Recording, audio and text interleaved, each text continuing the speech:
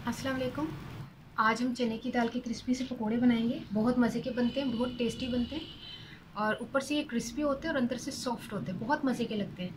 तो बचपन की मुझे एक बात याद आ गई कि हम अपने स्कूल से जब वापसी पर हम घर आते थे तो अम्मी जी ने हमारी खाना बनाकर तैयार करके रखा हुआ होता था। हम वो खाने को हमें इतना दिल नहीं कर रहा होता था, लेकिन ये अंकल हमारे इलाके में आते थे तो वो पकोड़े जो है ना उसी वक्त गर्मा गर्म हमें निकाल कर देते थे। उनके ठेले पे सिलेंडर भी लगा हुआ होता था और पकोड़े उस कढ़ाई में, बड़ी सी कढ़ाई में तेल होता था और हम मांगते थे और वो उसी वक्त गर्मा गर्म पकोड़े हमें देते थे। ऊपर से इमली की चटनी डाल के इतनी मज़े की लगते थे वो पकोड़े कि आज तक हम वो टेस्ट नहीं भूल सके। और उसी टेस्ट को हम इंशाल्लाह आज बनाने की कोशिश करेंगे और मुझे पूरी उम्मीद है कि ये वही टेस्ट बनेगा इंशाल्लाह। हमने इसके लिए 250 ग्राम तकरीबन दाल ली है और तकरीबन 1 पाव, और इसको हमने भिगोकर इसका पानी बिल्कुल निकाल दिया है। बिल्कुल इसको पानी निकाल कर ऐसे लग रहा है जैसे ये आपको खुश्क सी लग रही होगी, तो इसी को हमने पीसना है। उसके अलावा हमने इसमें जो डालना है, इसको पीसने के बाद हमने क्या क्या डालना है, 1.5 टीस्पून हमने ये लिया है कुटी हुई सूख मिर्च ली है, 2 चुटकी हमने ये मीठा सोडा लिया, 1 टीस्पून हमने ज़ीरा लिया है और 1/2 टीस्पून हमने नमक लिया है। नमक तो नमक हम जो है वो आप अपने टेस्ट के हिसाब से भी डाल सकते हैं। तो इसको पीसने के बाद फिर हम बताते कि हमने क्या करना है, क्योंकि इसको हमने पानी डालकर नहीं पीसना, इसको चॉपर में पीसना है। हमने इस तरह इसको चॉपर में चला लिया है, पानी के बगैर बिल्कुल चलाना है आपने। चॉपर में तो पानी के बगैर चल जाती है, बिल्कुल पानी नहीं डाले। देखिए इस तरह की इसका ये होना चाहिए, बिल्कुल बारीक भी नहीं होना चाहिए। बिल्कुल बारीक होगा तो फिर ये बेसन ही हो जाएगा, तो इसको हमने थोड़ा सा दानेदार रखना है। अब हम इसमें तमाम चीज़ें जो आपको बताई थी, मीठा सोडा और ज़ीरा, नमक, मिर्च, इसमें डाल के हम देखेंगे कि इसमें पानी की ज़रूरत है कि नहीं है। मेरे ख्याल में तकरीबन बिल्कुल 1 टीस्पून के बराबर हमने पानी ले लेना है। इसको अच्छी तरह मिक्स करें और फिर हम इसको डीप फ्राई करेंगे, हाथों से इसको फ्राई कर लें।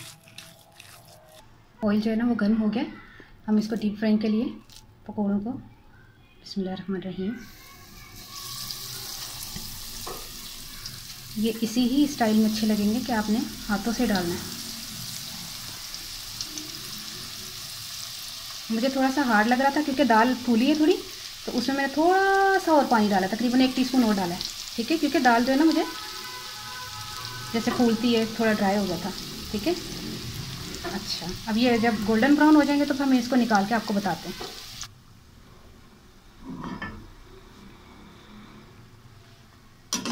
गोल्डन ब्राउन होने पर ना इनको हमने निकाल लेना।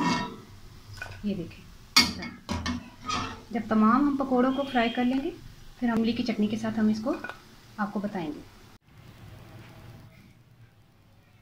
ये देखिए हमने डीप फ्राई कर लिया है पकोड़ों को, ये बहुत ज़बरदस्त बने हैं। आप भी ट्राई ज़रूर कीजिएगा। मैं आपको बता देती हूँ कि किस तरह के बने हैं, आप फिर यहीं से अंदाज़ा लगा लेंगे कि मैं आपको बड़ा सा ले लूँ।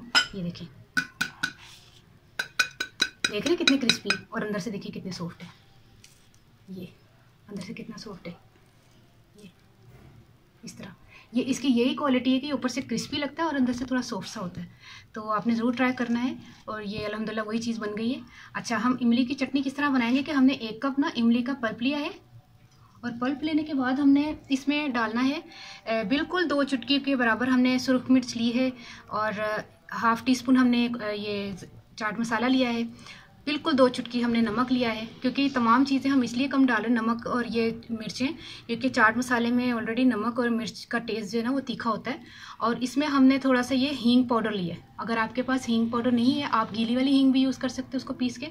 और ये हमने भुना हुआ ज़ीरा हमने तवे पे भून लिया और ये 1/2 टीस्पून हमने इसको थोड़ा सा हाथों से इस तरह कर लिया था ताकि इसकी अच्छी सी खुशबू आ जाए।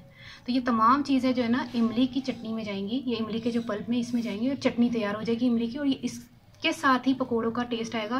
प्लीज़ ये ज़रूर ख्याल रखिएगा कि जब आपने पकोड़े बनाने हैं और ये वाले ख़ास तौर पे बनाने हैं तो केचप के साथ मत खाइएगा, ये इमली की चटनी के साथ ही खाइएगा। देखें, और गाढ़ी रखनी है ज़रा, ये देखें इतनी गाढ़ी।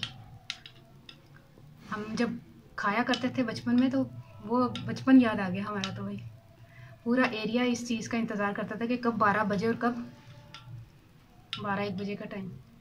ठीक है, ये देखें इस तरह करके खाना है।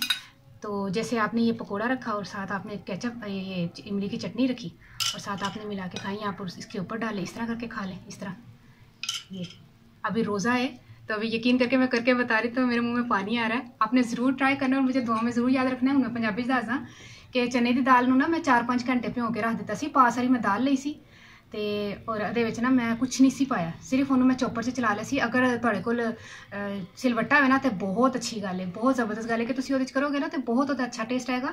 मैं ਇਹਨੂੰ चॉपर 'ਚ चला लिया सी बगैर पानी तो, ठीक है। और ਉਹਦੇ ਵਿੱਚ ना फिर मैं पाया जे मिर्च पाई जे, नमक पाया ते मिठा सोडा पाया ते जीरा पाया। बस तो 4 चीज़ा पा के ते थोड़ा सा बिल्कुल मामूली जा 1 टीस्पून 2 टीस्पून जिन्ना पानी पाया। थोड़ी देर बाद मैं 1 टीस्पून दोबारा पा लिया सी क्योंकि दाल जरा थोड़ी सी फुल गई सी।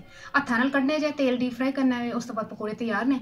इमली की चटनी बनाओ तुसीं, 1 कप इमली की चटनी दे विच मैं पाया जे मिर्चा पाई ने, नमक पाया, जीरा चाट मसाला पाया, हींग पाउडर पाया। चीज़ा पा के इमली की चटनी तैयार हो गई है। उस तो बाद तुसीं इमली की चटनी खाओ, इंजॉय करोगे। मैनूं दुआ च जरूर याद रखोगे।